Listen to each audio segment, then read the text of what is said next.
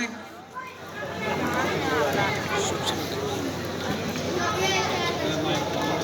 मंच पर उपस्थित सम्मानित सभी पंचगण, बड़ी संख्या में उपस्थित नौजवान, माताएं, बहनें और इस मंच का संचालन कर रहे अनिल भाई, सभी वक्ताओं ने अभी उससे पहले टीकम भाई बोल रहे थे। मैं बहुत देर से अपनी बारी का इंतजार कर रहा था। एक बार माहौल ऐसा हुआ कि हमारे नौजवानों ने कुछ फैसला अपने आप ही ले लिया, लेकिन मामा जी ने और उनके समझाने से आप लोग दोबारा हमारे बीच में आए। तो मैं ज़्यादा नहीं बोलूँगा, जैसे अनिल भाई ने कहा 2 मिनट में अपनी बात रखूँगा। देखो साथियों, जैसा आपने कहा, मामा जी ने कहा कि हमें सुझाव दो आगे हमें क्या करना चाहिए। पहली बात तो ये है कि जैसे टीकम भाई ने कहा कि अगर इतनी बड़ी संख्या उस दिन होती, मैं भी वहाँ गया था, पुलिस ने आदित्य में मुझे घुसने नहीं दिया था, तो प्रशासन की हिम्मत ही नहीं होती कि आपको पकड़ लेता, आपके साथ दुर्व्यवहार करता। ये पहला मौका ऐसा है कि आज प्रशासन के पास, बिल्डर के पास अपनी आंख और कान खोलने के लिए एक समय है। अगर वो संभल गए तो ठीक है, नहीं संभले तो जो पंचायत, जो नौजवान, जो आप लोग फैसला लेंगे, आपके फैसले पे हम सब साथ रहेंगे। लेकिन एक बात जैसे सभी वक्ताओं ने कही है कि आपने हम लोगों को यहाँ बुलाया है, बाहर से बुलाया है, पंचों को बुलाया है, तो हमारी राय या हमारा आना इसलिए हुआ है कि हम आपका समर्थन करते हैं, आपके फैसले में आपके साथ। लेकिन वो फैसला ऐसा होना चाहिए जिससे इस गांव का, इस किसान प्रजाति का, आप सबका, हमारा जो भविष्य है वो सुरक्षित रहे।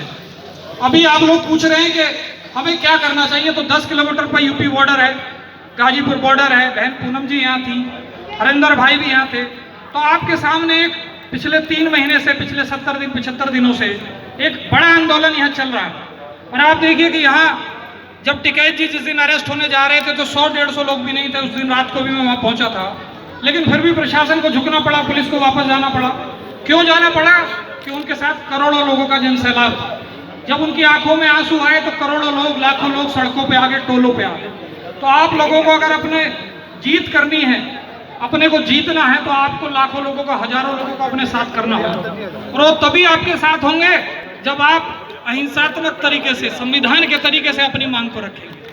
मैं एक और उदाहरण आपको देना चाहता हूँ, बहुत पुराना उदाहरण है, बंबई का, महाराष्ट्र का।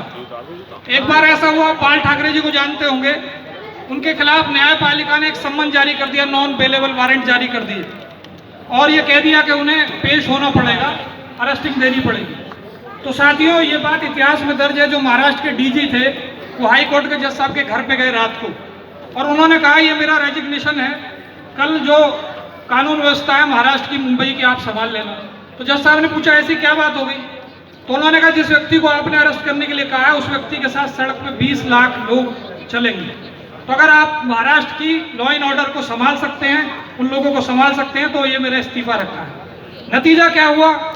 उस जज को, उन जज साहब को, माननीय न्यायालय को बाहर से बाहर बाल ठाकरे को जमानत देनी पड़ी। तो मैं आपको ये बात इसलिए बता रहा हूँ कि जब जन आंदोलन, जनता जिसके साथ होती है, उसके आगे सरकारें झुकती हैं। तो आपको अगर अपनी जीत करनी है, अपनी विजय करनी है, तो सिर्फ जोश से काम नहीं चलेगा।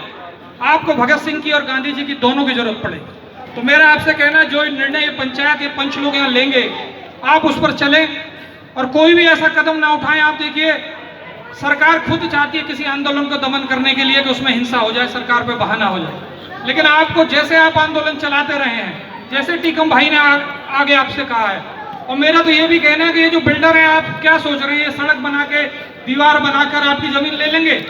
क्या ये एक भी फ्लैट यहाँ बेच लेंगे? अगर इस गाँव का आदमी सहमत नहीं होगा, एक भी आदमी यहाँ रहने आ जाएगा? ये संभव नहीं है। बहुत जल्दी बदलाव का समय आने वाला है। पूरे भारत का किसान आज सड़कों पे बैठा है। तो मुझे आपसे कहना है कि हमारे देश, हमारे गांव से, हमारे देश को एक संदेश जाना चाहिए कि हम संविधान को मानने वाले लोग हैं, अहिंसा का पालन करने वाले लोग हैं, और लंबा लड़ाई करके हम इस लड़ाई को जीतने वाले भी लोग हैं।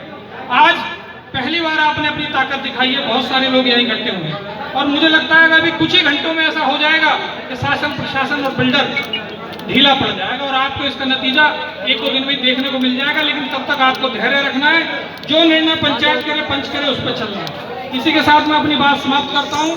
जय किसान, जय जवान।